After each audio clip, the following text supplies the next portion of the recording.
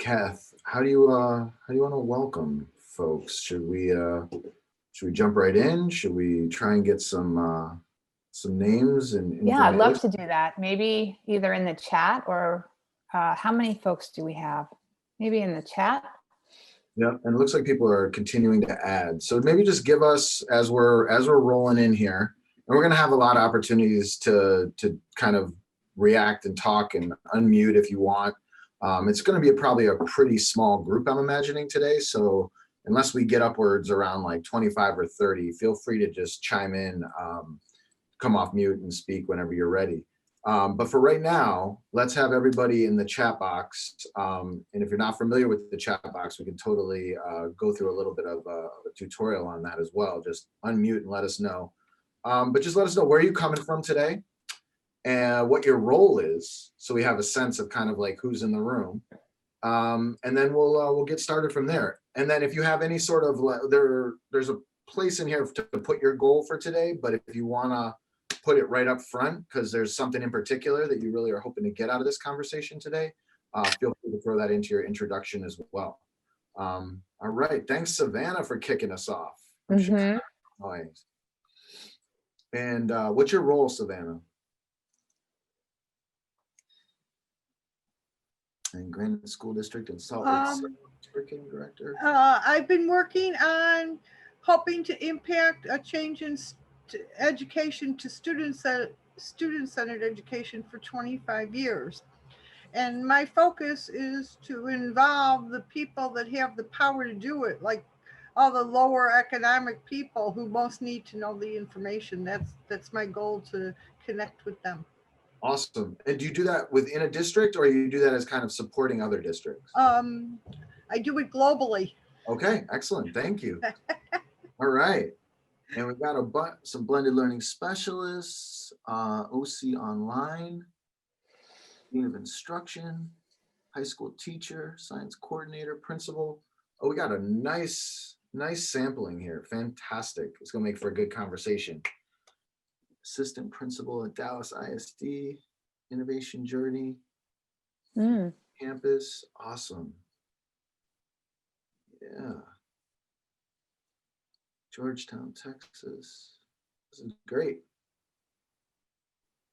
All right, well, let's jump in, and you guys can continue to keep updating the area there. I just want to make sure everyone able to see my screen. All right, and then Cathy, we're going to drop the link to the deck. This came out of an iNicole deck as a PowerPoint. So if you want to open it as a Google slide, just click on the link to open it as a Google slide, or if Cathy, you want to convert it and share, whatever you want to do. But I think people will be able to access it just by getting into the deck. So my name is Shawn Rubin. I'm the Chief Education Officer at the Highlander Institute, former kindergarten teacher, still coaching Little League Baseball even into the fall.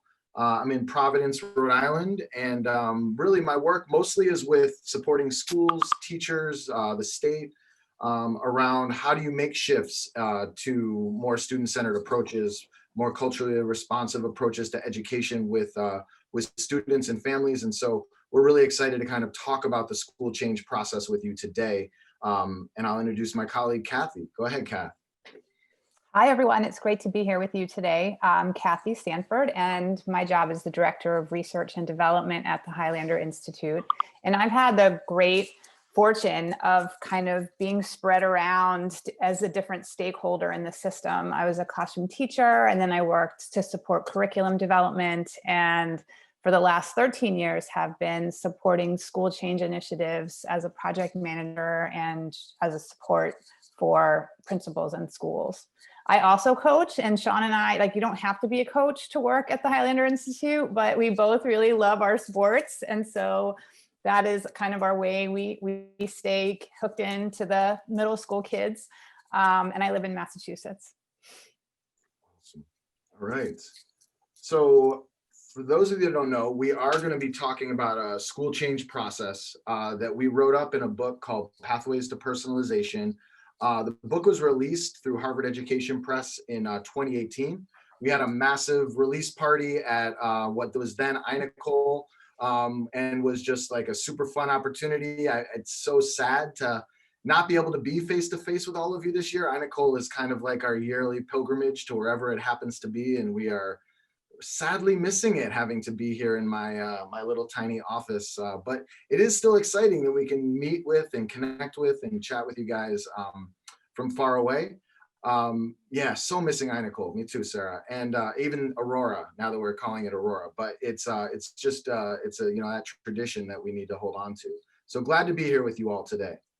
The Highlander Institute, really our mission is to kind of transform schools. We want classrooms that empower, schools that adapt, and systems that are available to liberate our communities. And so we partner with schools, and we really help to kind of imagine and create opportunities for more voice from families, more voice from students, to be able to kind of frame and then execute on that school change process. And so we're going to be going into that process a little bit today. It's very much laid out in the book, but we really wanted to take today to kind of also put it through the lens of some of the ways that we've been able to adapt this process through COVID, because it obviously has ramped up a whole bunch of new complications, but also opportunities. And so we want to share some of those stories with you and hear from you in terms of your school change process and opportunities as well today.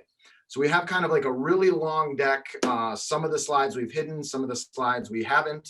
We're going to kind of bop around based off of information and questions that kind of come, but we really want this to be a session that works for you. So if you have questions that you want to kind of shout out, feel free to unmute. If you have ideas that you want to drop in the chat box, we have enough people here to kind of monitor.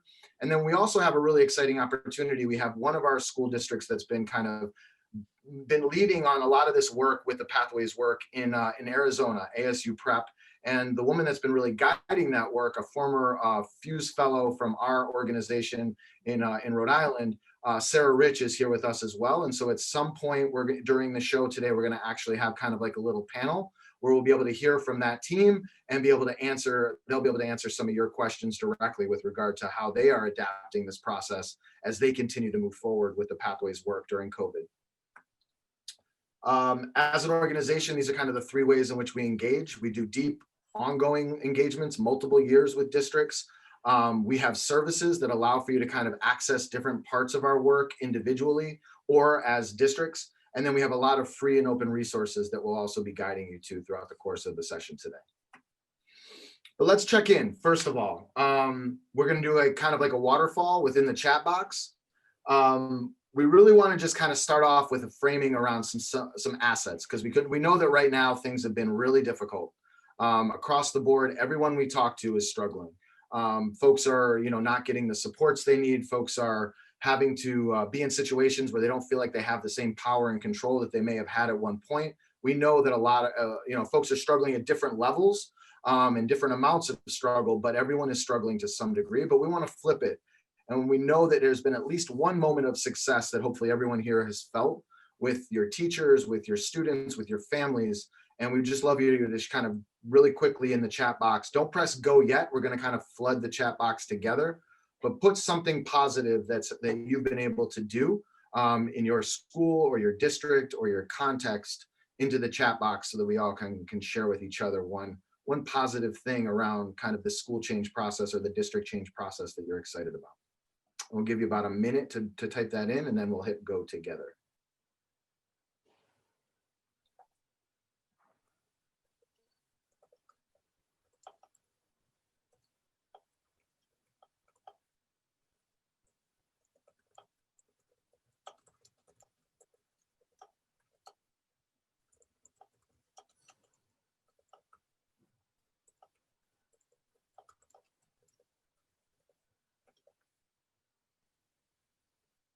All right, I'm gonna do 10, 9, 8, 7, 6, 5, 4, 3, 2, 1, go.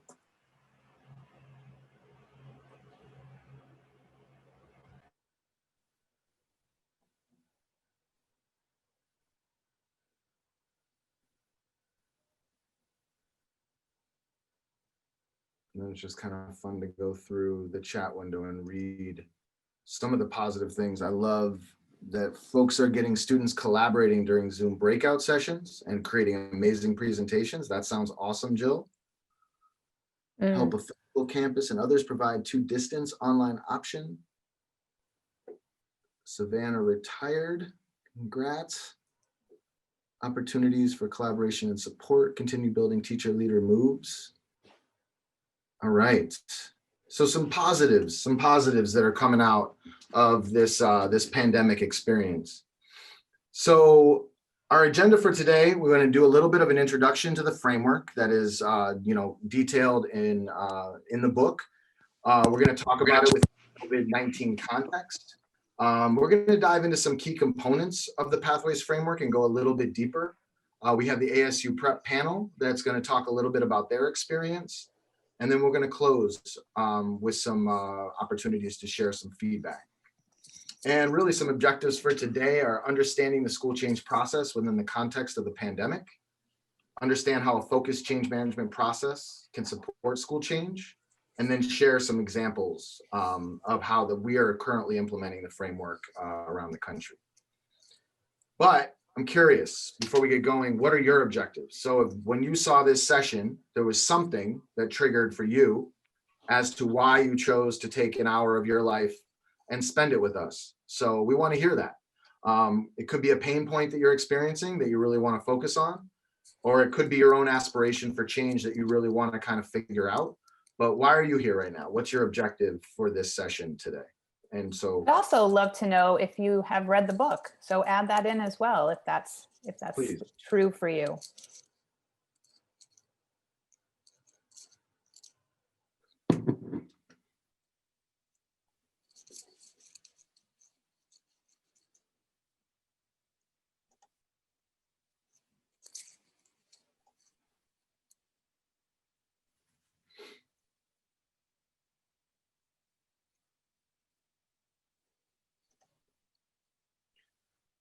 So much harder to run an Aurora session on Zoom with no faces, face to face, where you can actually make eye contact and understand what folks are looking for. But this is great to be able to have it synthesized also in these chat messages. All right, so let's call some of these out, Kath. So learn more about personalized approach looks like in practice. Hear more about the right next steps other organizations have taken and lessons they've learned. Effective strategies to help my campus along its journey. Framework, because even though I have one, there's always something to learn. Not read the book. Many people on our campus are looking at making shifts towards competency-based assessments. Awesome. How can you move a larger district toward a more personalized master-based approach? Exactly. All right. That is good. That is good framing. And pretty aligned with where we're going. I think there might be some points at which you want to, where we're sharing an idea or we're sharing an example, and based off of what you put in here as your objective, you may want to just kind of like do like a down click on that. You may want to say like, hey, well, what is that framework you're talking about? Or what is that example that you referenced? Again, please put it in the chat box, please unmute and let us know, because we want to make sure that you leave getting out of this conversation what you need. So we're going to talk about a few different things within the change process today. We're going to talk about voice and how we bring more voice to the table. We're going to talk about focus and how especially during a pandemic, that idea of being able to kind of really focus in and not biting off too big of a change process at the right off the bat. We're going to talk about how do you nurture that change process and support your team and your leaders to be able to kind of run this process well. And then we're going to talk about continuous improvement, and we'll end potentially, hopefully we get a chance to talk about the scaling side of this work and how we think about that.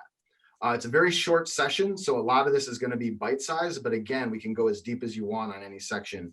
Just got to kind of call it out for us. And I'm going to be watching the time because I want to make sure that by 2:45-ish, we're into the panel to talk a little bit about a specific example. So talking about aspiration, many of us have different, leaders, different theorists, different authors that we kind of cling to and that inform our direction and where we want to go. But how do we actually take these things that we believe in so deeply and actually apply them into our systems that are so entrenched and really kind of unable to be moved and manipulated as easily as theorists call out. And so what we did was we believed that in the book, when we were laying this out, we felt like the most important piece was to be able to create almost like a linear stepwise process that would allow people, when they get distracted from that change effort, to remember where it was that they left off so that they could come back and return to that space. And so in a real quick nutshell, the book really lays out a plan for being able to identify and survey what your needs are currently within your district and make a plan forward that is aligned to where your data says you are based off of a current self-survey. Then start to kind of identify exactly where it is that you want to go so that you can create a pilot scenario that is aligned to what it is that your assumptions and your aspirations believe to be the next step. You got to find the right people to get into that bus and drive that pilot. And so we start with a small number of really folks that can handle a lot of change. And we develop a pilot that has a strong ability to be measured over time. As we review that pilot and understand how it is working or not working, we refine it and bring it to more and more folks. And then we really start to grow and scale it as we align the communication with the data story, with the actual personalized and professional learning that we can pull together. And ultimately, we have to be learning from other folks that are going through this process simultaneously with us. And so this really kind of lays out the 5 phases of the book at a really high level.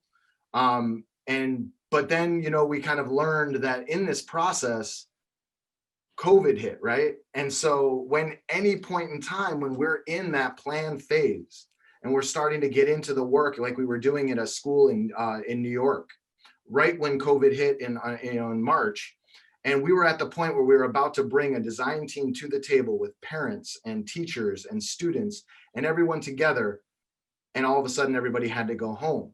And so they got distracted. And they got kind of obviously new problems and new crises emerged. And so in our original kind of phasing of this, we believed, you know, you kind of move through this very linear stepwise process, and then you can get stuck somewhere. So now we're returning back after COVID. I just ran the first design team meeting with this particular school, and everything has kind of changed. We can't do student shadows anymore. We can't actually send families from our design teams into classrooms to observe the student experience because they're actually not allowed to be in the building currently at this school in the Bronx. And so, you know, what we're starting to realize is that while the process is tight and able to kind of be thought about, like all of these steps that we went through in this school last year, there was a point at which we had to stop. And so now we're starting to reflect on what is the return into that process. And so, you know, in this particular event, we had a vision statement, we had a series of priority practices. All of them went on pause as teachers scrambled to figure out, how do I do Google Classroom? How do I do Zoom meetings? How do I bring up my engagement? How do I find some of my students that have basically disappeared? And so we're only now starting to return back to a place where we are coming back to these vision statements. We're coming back to these priority practices. And so that linear stepwise process, even during this time when everything got shifted and changed on us, has allowed us to know where was the point we left off and how do we pick that point up and now continue, maybe with the same people, maybe with different people. In one of the schools that I'm actually supporting, the principal who was there and driving this work actually had to leave and went to a different school altogether. And so now I'm picking up the same work, but because that vision statement was in place, because those priority practices that we were focused on with coaching was already in place, we're picking it up and we're moving ahead right at the same speed that we were before. So I think this is part of what we want to kind of share, is that the aspects of that linear process allow you to know where it is that you can return to. Can I just say one thing, Shawn, before before the baby gets thrown out? Yes. This is such an interesting year. And I think wherever we had schools in this process of our framework, whether they were planning or piloting classes or even starting to refine, this year has presented an opportunity to really take stock. And some of the things that we think are really important about our framework is planning and thinking forward. And so even with schools who have been at this for a year or two, you kind of have to go back to plan because so much has changed so quickly in our schools and our classrooms. And so it's really an opportunity to sit for a minute and think about the pain points that you're experiencing right now at different levels, but also the opportunities, because I think what we want to be able to plan for now is how we take the best of these opportunities and figure out the pain points so that we're not kind of backtracking when we find our new normal, whatever that looks like. Yes, exactly. And, not throwing the baby out with the bathwater, because even through COVID, some of the things that we've noticed, and I'm curious if any of this resonates for some of you as well, is that some of the key components of our framework, we need teachers who have the mindset for change and are willing to kind of take additional risks to be able to try some of these aspirational practices. We've actually seen an increase in the number of teachers with that mindset coming out of having to be sent kind of into a home and distance environment, realizing that there were a whole set of skill sets that they didn't have or possess. And now they're kind of coming back into the school experience this year. Yes, incredibly overwhelmed, but also incredibly inspired to learn new skill sets, try new things, because they understand that the ground beneath them is kind of shifting. Similarly, parents, when our design teams must have parent voice involved in them. We're going to talk about that in a moment. We have seen parents kind of be forced into the forefront of being there as part, as that almost like that first line of support for their children in a way that they have never really had to be before. For some of them, it's been incredibly overwhelming and stressful and almost something to the point that it's, too much for them to really tackle. But what it has given them is a ton of new perspective to be able to bring even greater voice into that change process. Another piece that it's allowed for us to do is to really start to expand our measures, right? We lost our end of year assessments. We lost our state assessments. All of that data had been driving our change efforts so deeply. But by kind of realizing how easily it is to lose that information and then not really have a North Star in terms of determining what is and isn't working for your students in your school, it has really allowed us to be much more, again, aspirational in terms of thinking about what are the inputs of measurement that we can use to make decisions around what does or doesn't work for students in our classrooms. So everything is kind of an opportunity, in addition to being something that was really challenging. And so where we've kind of landed as an organization, as we're working with schools and districts, is in this deep kind of balance area. What we're finding is that as we kind of go into schools that want us there to kind of do this pathways framework with them, the leaders are kind of caught in this place where they're like, my district still expects that I'm going to raise test scores or close these gaps or pick up the lost learning that happened over the course of that March to October time period. But I don't actually know how to push on my teachers, because right now I know that they're home with kids with sniffles. They're home with parents that they can't, get out of the house. Like, there's so much overwhelmedness for them as well. And so we've really entered this place of having to really strike this deep balance between empathy for all that everyone's going through right now and accountability around what we actually hope to accomplish and move forward. And so we want to just kind of take a moment to kind of work a little bit in this frame with you, those of you who are on this call with us today. I want you to think about your own districts, your own schools, your own situations. What are some examples? And we're going to use the chat room window again, and then Cathy and I can kind of cut and paste and drop some of your examples in here. But what are some examples in this COVID time period of empathy that you have shown that has really paid off dividends for you and for your team? What are some examples of accountability that you've been able to hold tight to in ways that have seemed to be productive, even within the context that we currently live in? So I want you to kind of think about, what are some areas of empathy that I've shown? What are some areas of accountability that I've held tight to? Because we feel like this is a balance that we need to be kind of mindful of constantly as we're going through this change process. So just take a couple minutes to weigh into the chat box on this if you have a second.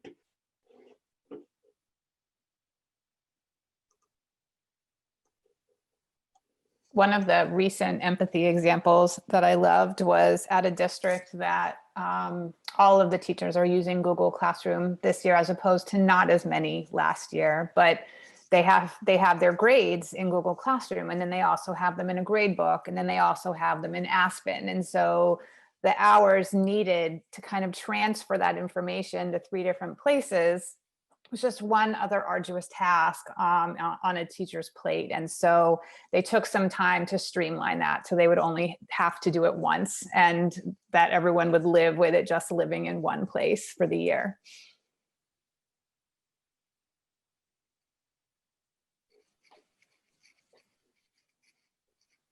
Oh, I love the extra planning time, Tracy.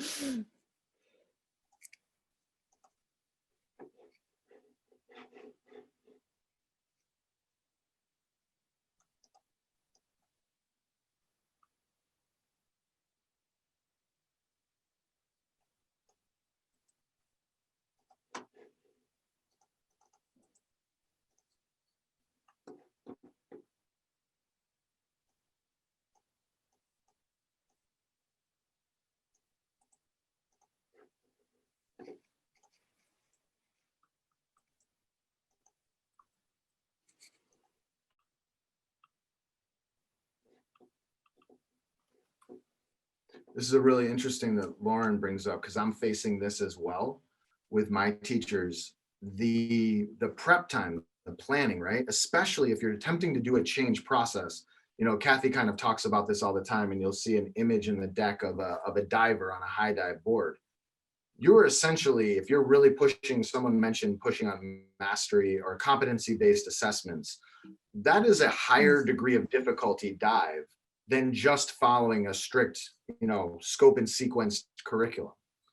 And so to be able to actually go after that more aspirational change effort, there's going to be a requirement that people are going to do some prep. There's going to be a requirement that people will do some planning. There's going to be a requirement that people are working outside of the prep periods that they currently have. Simultaneously, I'm sure you're noticing, because we are, that there's way more teachers that are out of the building, right? If a kid shows a sign of a sniffle, or then they have to go get a COVID test, and then that family, that teacher has to actually support that. And so now they're not available for that class.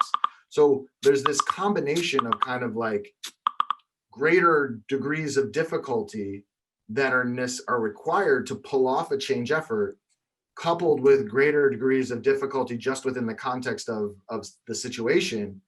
How do you push on that? And so I love that Lauren's like, I had to ask the same teacher to put in prep time to make sure his class time was valuable for students. Like, there are going to be some non-negotiables that you're going to have to push on. And in this change process, we find that incredibly necessary. So when we talk about how can proven, unless Kath, are there any more that you saw that you want to kind of call out before I keep moving? It's a really nice balance of students and teachers. I'm just going to put them all on a slide, and everyone can keep them. Awesome.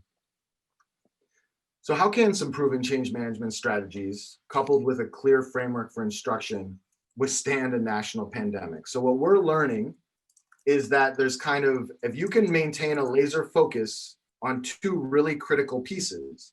The first one are the actual change management approaches in this top left-hand corner. And these approaches are approaches that are going to be used over time, right? So as we move toward the sweet spot of school change, these approaches become more and more important, and we'll show why in a moment. But also our practices, like if we're going to be doing competency-based grading and assessment, there are practices, classroom practices, development practices, PLC practices. Those practices also have to improve over time and increase in terms of their level of difficulty. And so we really see this process kind of developing over multiple years and beyond, where in the beginning, you might see more of a spike in terms of these practices going deep quickly, because you might be working with a smaller subpopulation of your larger school staff. And over time, in year 2, the growth may not be as extreme because you're starting to work with folks that are a little bit outside of that early adopter mindset. but you're still going to see growth happening because your change management strategies that are tried and true, you're sticking to them. You're continuing to communicate the change effort. You're continuing to bring more people into the conversation. You're continuing to expand it so that students and families understand. And over time, you're going to develop and move closer and closer to that sweet spot through this combination of the change management strategies and the improvement in the use of these particular strategies based off of whatever your change process is. But a critical point of this is voice. And so we need to make sure that as we're developing what that change effort looks like, if you really want to get to a place where you're going to be able to get to that level of beyond through year 2 and year 3, the voice has to be something that also grows over time. And that's really by bringing more people into the conversation and into the table. And so we're curious, and I'd love for you guys to, again, use that kind of waterfall piece. As we think about the folks on your team, I'm curious, let's start with your district admins, okay? So again, we're gonna use the chat window. Who currently makes decisions regarding classroom practice and assessment in your district? Your building and district admins, do they have no involvement, a little voice, lots of voice, some co-construction, or full co-construction? How much work of this do the district building admins do? Is it a 1, a 2, a 3, a 4, or a 5? Put that into your chat box and just hit enter.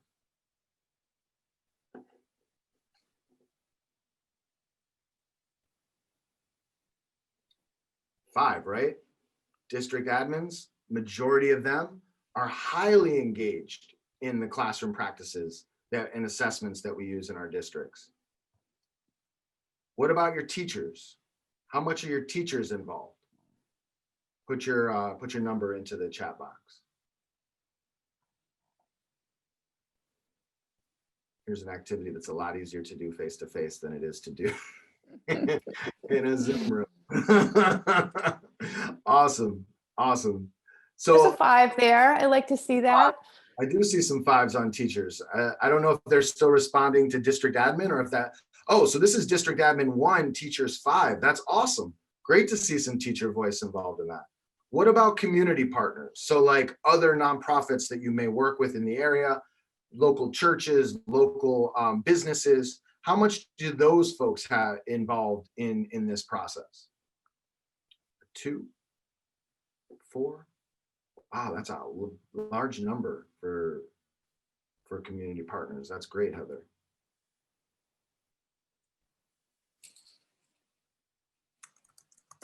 What about parents and families? Where would you put them in this scale?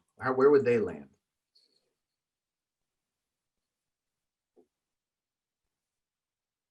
Colleges, that's a great community partner. Yeah, they totally count.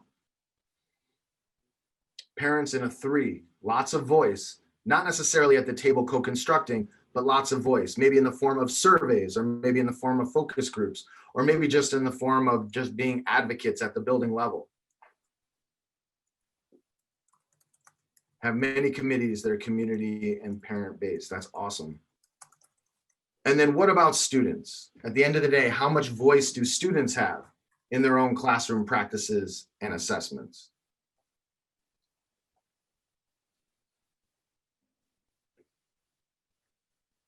Students as a 2. 4, great. So 4 means that they're actually building with you, which is amazing. I'd love to put that in the chat. Put details of what that looks like in the chat. I would love to know. Yes, please, Jill. Please do.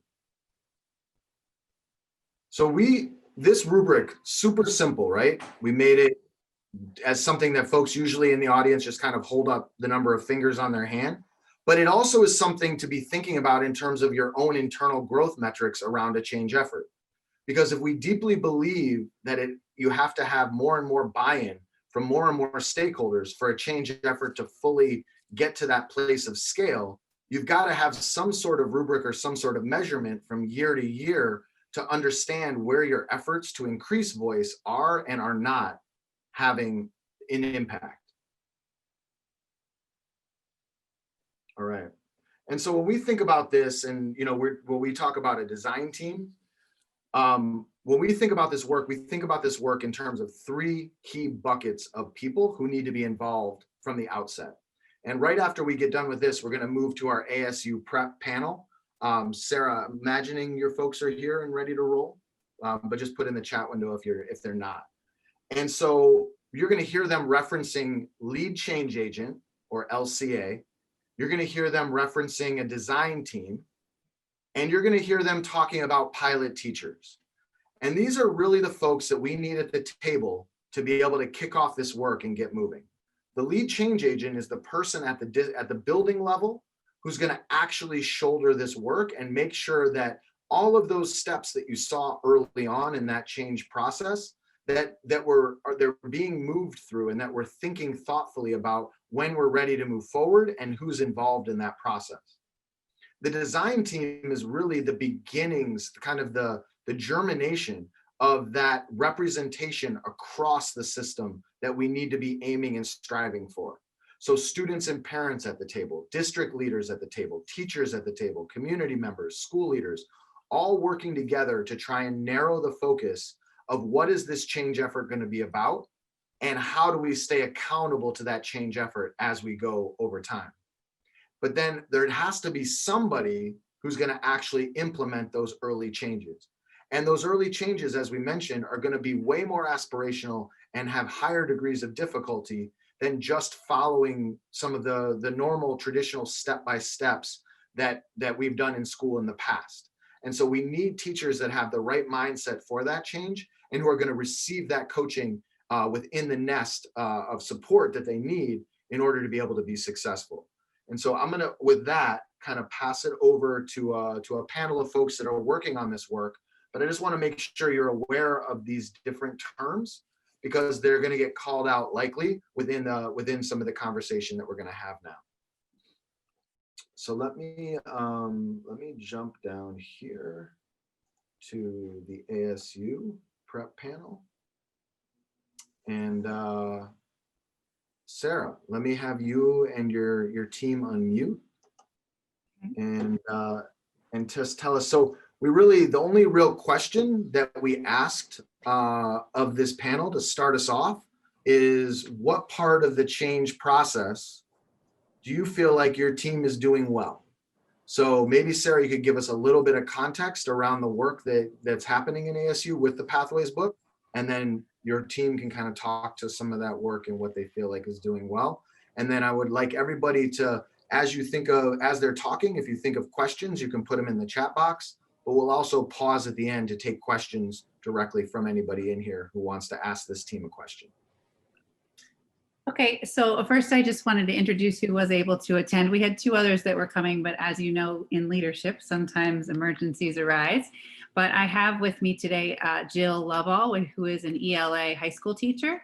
And then I also have Danielle Cerna, who is a previous teacher and now one of our blended personalized learning coaches. And then myself, I am a blended personalized learning consultant, very familiar with Highlander Institute, and have been leading the way for this change at ASU Prep. And ASU Prep has 4 schools in their network. I like to consider it more like 8 because there's a K6, and then they have the middle school, high school. And we started with a school called Casa Grande. And so we are actually in year 3 with Casa Grande. And then last year we started implementation, just like the book, with another school, South Phoenix. And then when speaking with leadership over the summer and realizing that we had started to develop a blended and personalized team who could support all these schools, we realized that distance learning has prepped everyone for this transition even more. So at this point, we are doing the implementation in all 4 schools /8.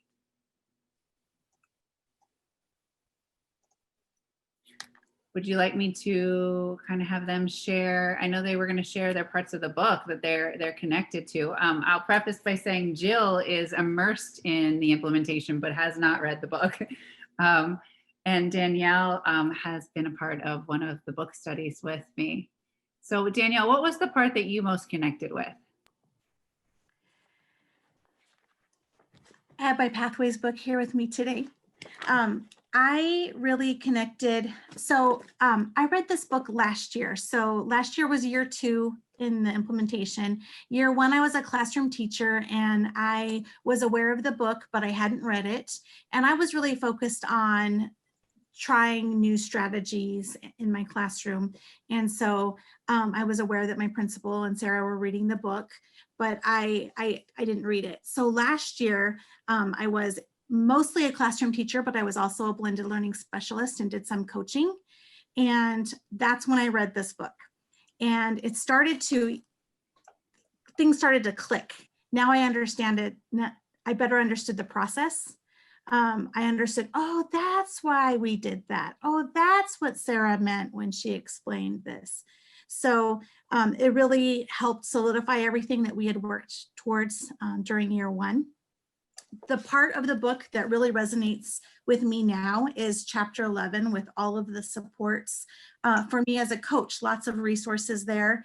I really like the chart that has the priority practice tool. I'm really familiar with it, but there's a chart on page 260 that has strategies. And this really helps me support teachers because now I have a really clear idea of what that priority practice should look like or could look like. So I really appreciate that.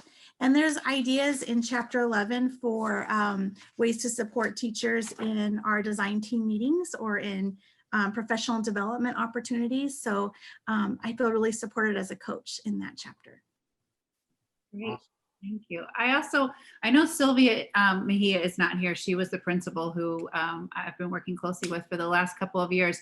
And Danielle, maybe you can help me, but I know she was going to share, she really was connected to the vision piece. And we actually, in their design team meeting, it's funny because now we have, basically Danielle and I run at least 4 design team meetings now a month with different schools.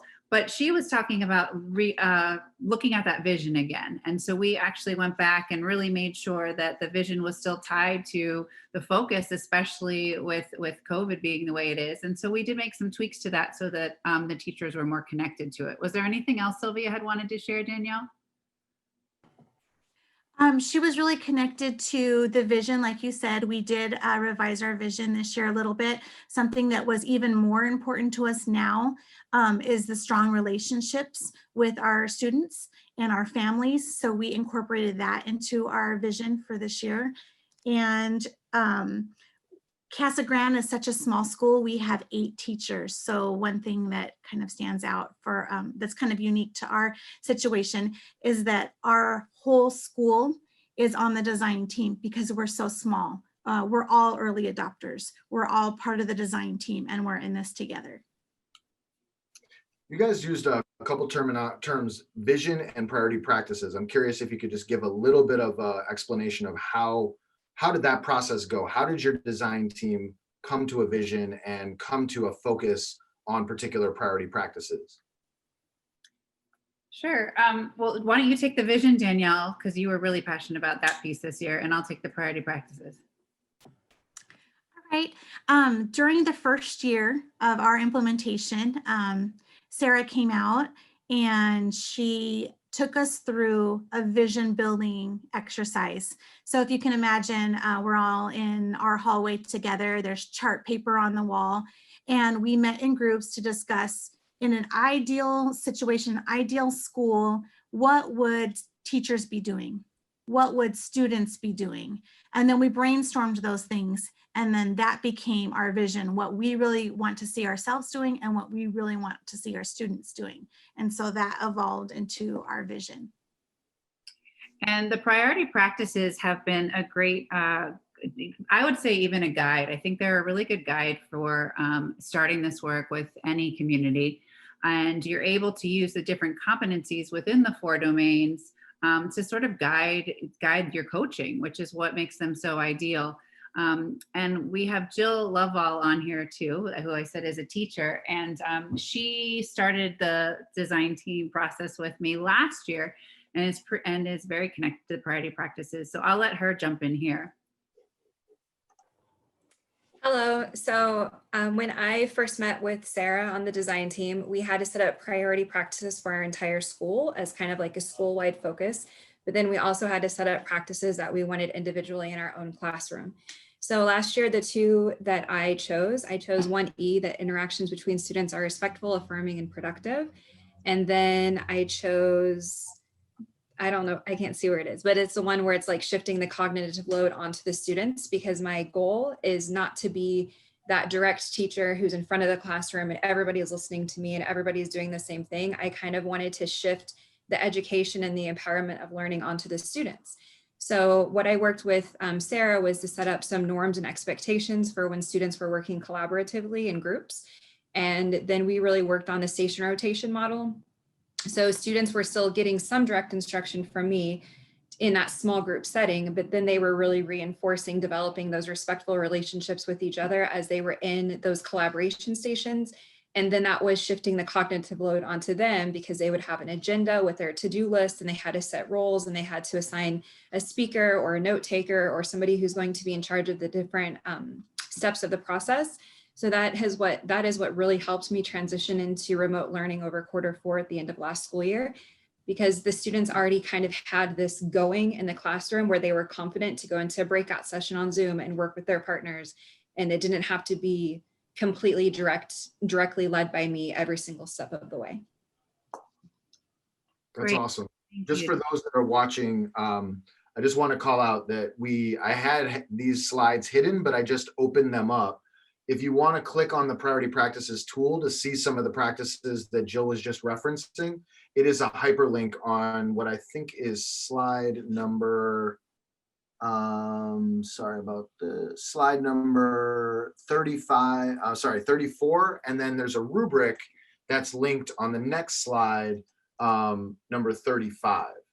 I believe the rubric is linked, might not be linked. Maybe we could put a link to the rubric in there as well, Kath. I can definitely do that. Awesome. So Keep going. okay.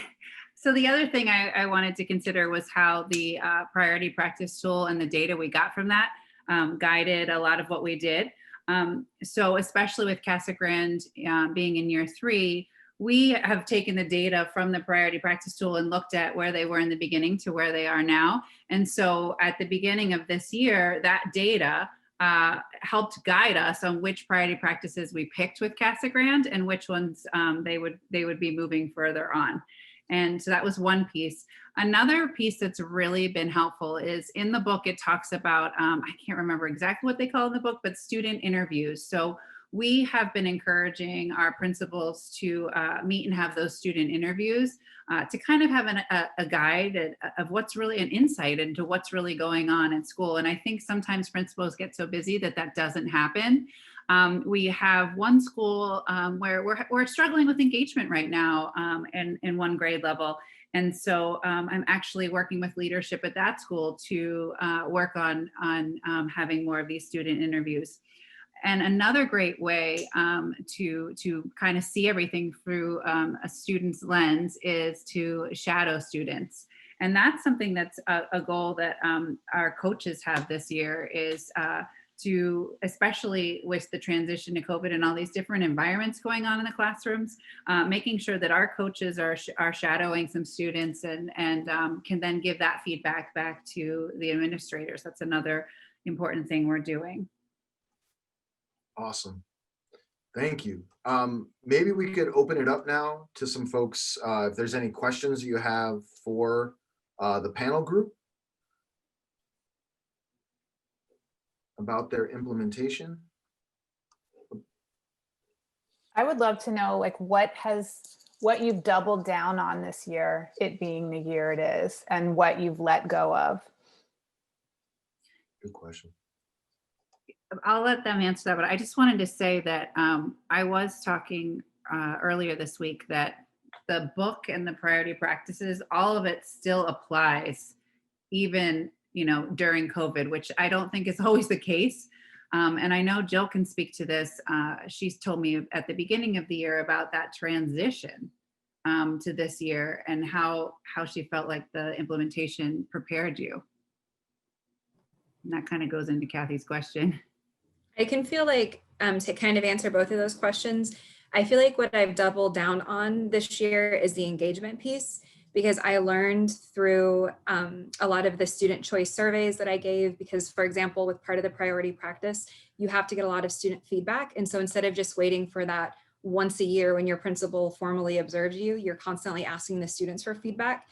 And so I had a lot of students tell me that the way that they would like that lesson to be more engaging is to be more interactive. And so then some of those things that I started doing when I was face-to-face in those station rotations of having playlists that students could work through, or giving them choice boards, or having different versions of some of our classroom activities, I took those into my Zoom sessions when we're learning online. And so, for example, whenever I give a Zoom session, a lot of times I've incorporated tech tools like Pear Deck, because the kids find that to be so much more exciting when they're following along with my presentation, that they can engage directly with my presentation. And so I definitely feel like the thing that I've doubled down on is how can I make them think that coming to see me on Zoom is like the fun part of their day. And then the thing that I've kind of just let go of, I think it's hard to say that I've let go of anything, because I'm like the type of teacher, it's hard for me to let go of something. But I think that I've just been a lot more, going back to that question on empathy, I've just been a lot more empathetic and understanding. And so, for example, at my school, I'm having a really hard time getting my students to turn their cameras on and participate on Zoom with their actual face. But then when I've had students respond to me and explain their why they don't want to turn their camera on, I've realized that we are living in a pandemic.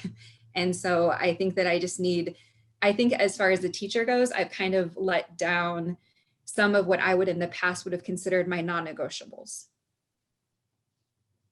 Thank you.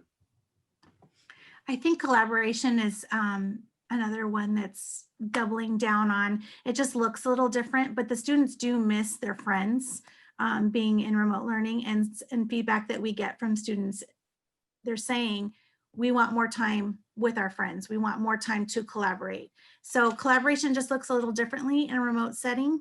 And now that some of our schools are back part-time in person, it's going to look a little different again, because some students are in the classroom and some students are at home on the same day. So it's still something that we're working towards and really important to us. Awesome.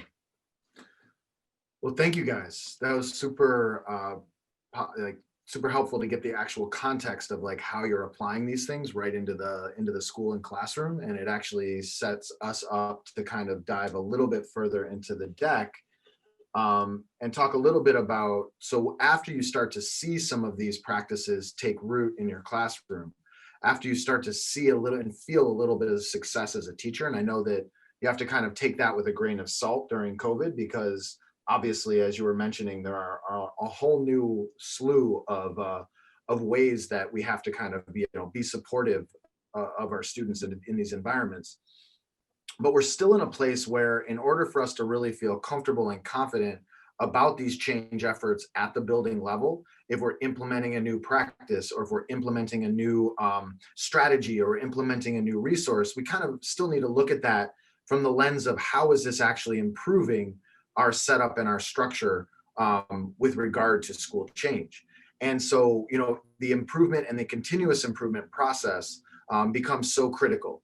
And so, we believe deeply in, the concept of PDSA, plan, do, study, act cycles, but also in the idea that in that planning phase, really what we're doing is we're identifying that vision, we're identifying those priority practices, which you guys just talked about, and you talked about all the different feedback cycles you have with students and with each other to be able to kind of understand where it is that you want to go, and that you've already changed your vision once based off of this kind of continuous improvement piece.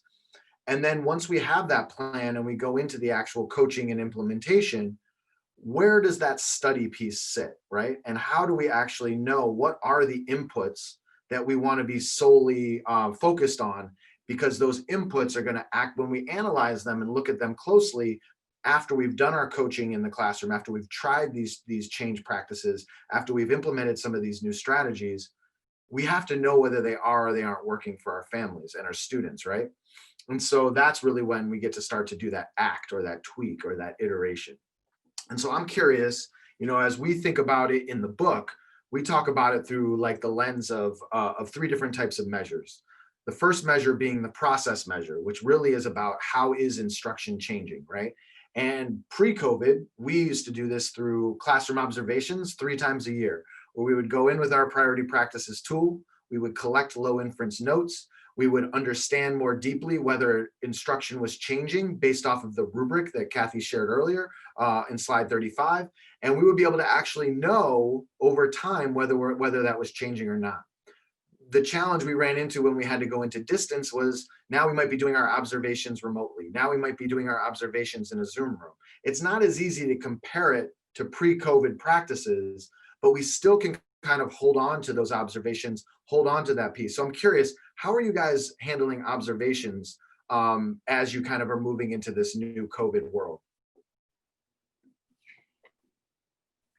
Are you asking the panel or everybody? You guys on the panel, as I know that you have an answer to this question. Just checking. So as you can see, Danielle is giggling because this has been a tricky one. So the ones that we've been kind of stuck on is how do you evaluate transitions when you're looking at folks, and also the collaboration piece. We've noticed a difference in teacher talk versus student talk, and that healthy chatter that we want to happen with students isn't always there, and how to bring that back. Danielle, what else am I forgetting that you might have? Sometimes some of the priority practices just look different in a virtual setting. So one thing that our team has done is we took all of the priority practices and we made a little chart. What does this look like in a virtual setting? What does this look like in a in-class setting? What does this look like in a hybrid setting? And that's really helped us to know what to look for. Yeah. Awesome. So in addition to the process measure, right, we also have to be thinking about outcomes. And right now we know that there's a significant amount of learning loss that happened from the end of last year into the beginning of this year. So understanding where our students are starting from, what sorts of learning loss may they have experienced, and then how are we going to actually know if these new interventions or these new strategies or these new ways that, Jill is focusing solely on engagement, is that engagement that she's focused on actually helping to improve outcomes in comparison to maybe some of the other teachers that may be focusing on other things or using other strategies or interventions, right? So that outcomes piece also becomes really challenging because we lost our end of year data at the end of our 1920 school year. So we don't really have anything to compare to in terms of knowing where our students ended the year into where they're starting the year now. At the Institute, we've been doing a lot more looking at some of the online platforms that students are using, especially the ones that are standards aligned or at least standards based. If you have common assessments, those become really critical and important because, in one school in particular right now, we're doing an analysis of Q1 common assessments against Q1 common assessments from 1920, because those actually stayed the same between the 2 years. And so we can kind of compare where students are falling in those common assessments versus where they fell last year to know how much of that learning loss is there to make adjustments for where to begin and where to start with regard to the content. But this is really a challenge in terms of identifying those outcomes. We were actually, though, yeah, you might be about to talk about this, Shawn, but another thing we were thinking about was when you look at students who are kind of on both sides of the bell curves, students who are doing really, really well, teachers who are having much better outcomes, if you do a bright spots analysis of those specific, effective examples, you can really study and see what the conditions are behind them and what you can spread as quickly as possible that has gone well and that you have evidence around. So we've done that. We've looked at both ends of the bell curve, but it's really powerful to take like the top 3 students in terms of their, the platform they're working in or their common assessment scores and try to figure it out. Like, what is it that's behind their great scores? And is that something you can spread? And following up on that, you're able to do, some sort of like an empathy interview where you're actually calling the family to say, what was it? What is the setup you have in the home that allowed for this student to have success? Or calling a family that maybe, in Q1 of last year, the student had some degree of success, but really has fallen off dramatically in Q1 of this year. what's going on? How can we help? We're noticing a real change in terms of this student's performance, but being able to kind of have that outcome data in an organized way, being able to kind of put it up against a scatter plot to see which students are falling at the high end of mastery versus which students are falling at those low ends of mastery, not just ignoring it and saying, oh, well, that's that kind of a student or that's that kind of a student, but really starting to unpack, especially if there are some ones that are surprising for you. It's a good way of kind of finding out if there are strategies, resources, or interventions that may be worth scaling. And lastly, and I'm not going to go too deeply into this one because you guys talked about this so eloquently before, but feedback. And feedback in as many forms as possible is really got to be the #1 driver for this COVID era, especially if you're taking on a change initiative, because through that feedback, through those surveys, through those focus groups, through those phone calls and empathy interviews, through just asking your students who are right there in front of you what is and isn't working, like Jill was describing, you're going to get so much new information that's going to be very specific to your lesson of the day, but also should be very helpful in informing your change vision and priority practices even as you move forward. Because some of the things, we've been seeing in some of the student survey data that we're analyzing, 1,600 surveys we just got back from a high school in Chicago, outside of Chicago. And one of the themes that's really emerging is, I really hope you don't get rid of this hybrid model.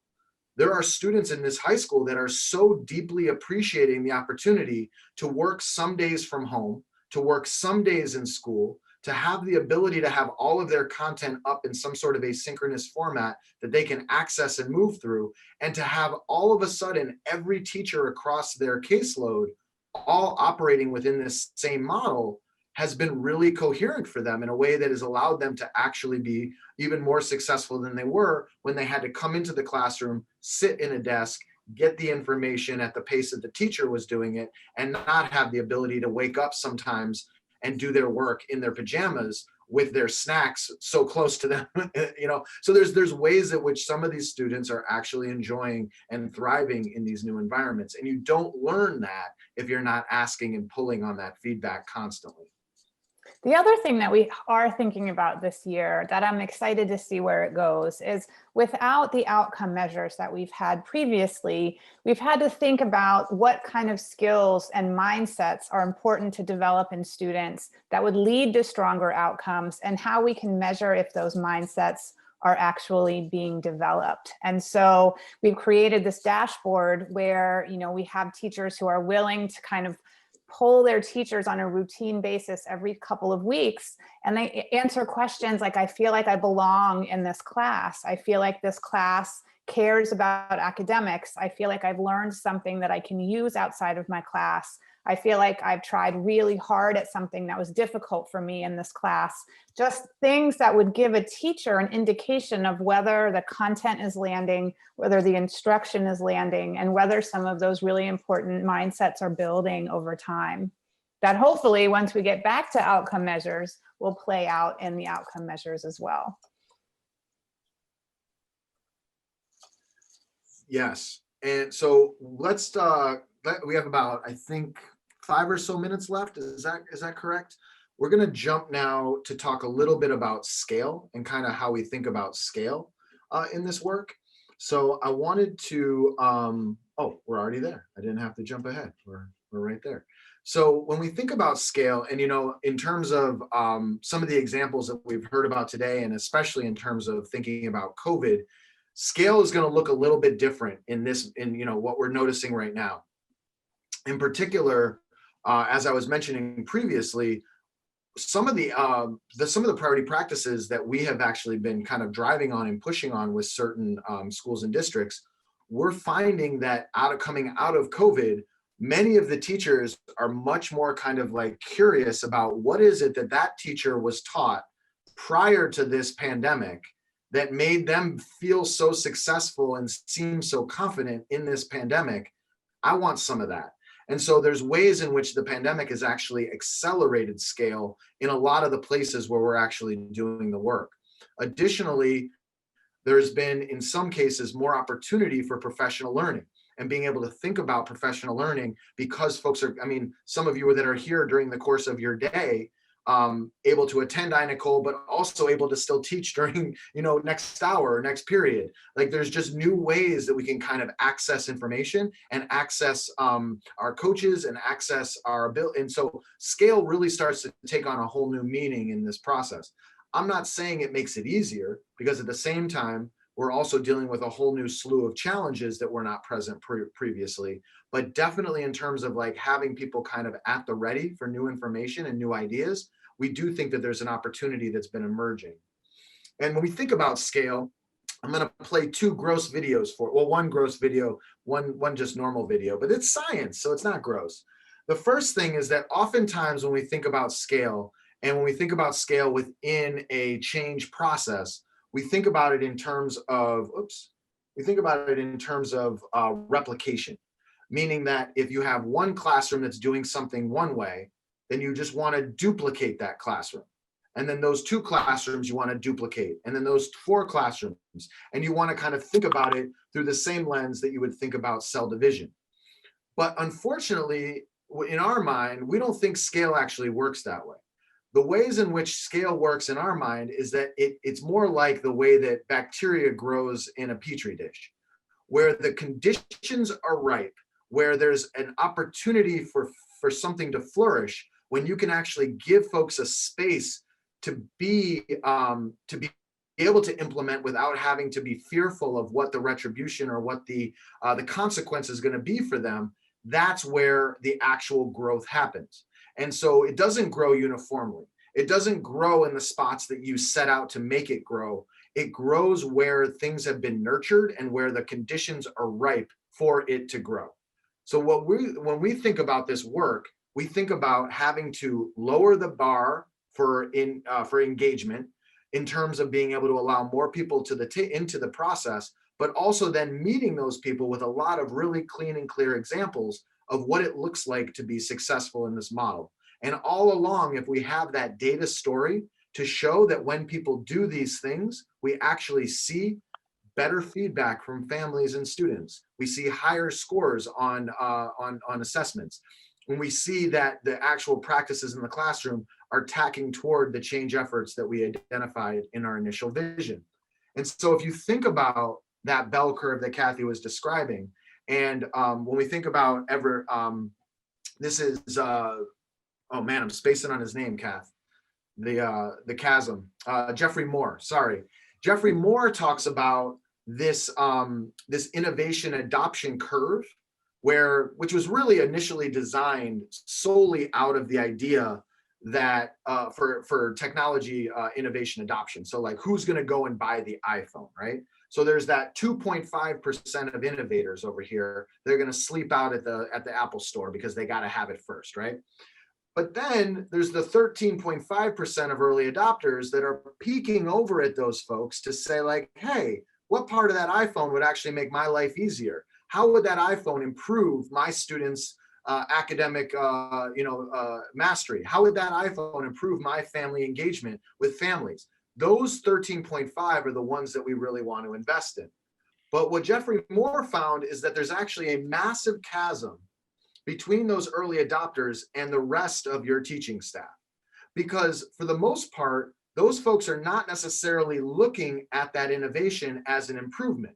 They almost need to be proved to them that an innovation is going to actually be useful and worthwhile to them before they're even willing to give it a shot.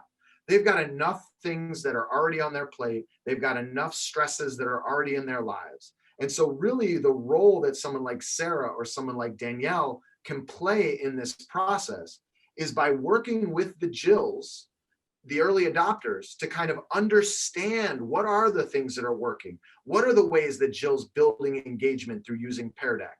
And now how do I build the rope bridge across the chasm so that the folks in this early majority, maybe some of Jill's close colleagues, could observe some of the work that Jill's doing in Pear Deck to build engagement.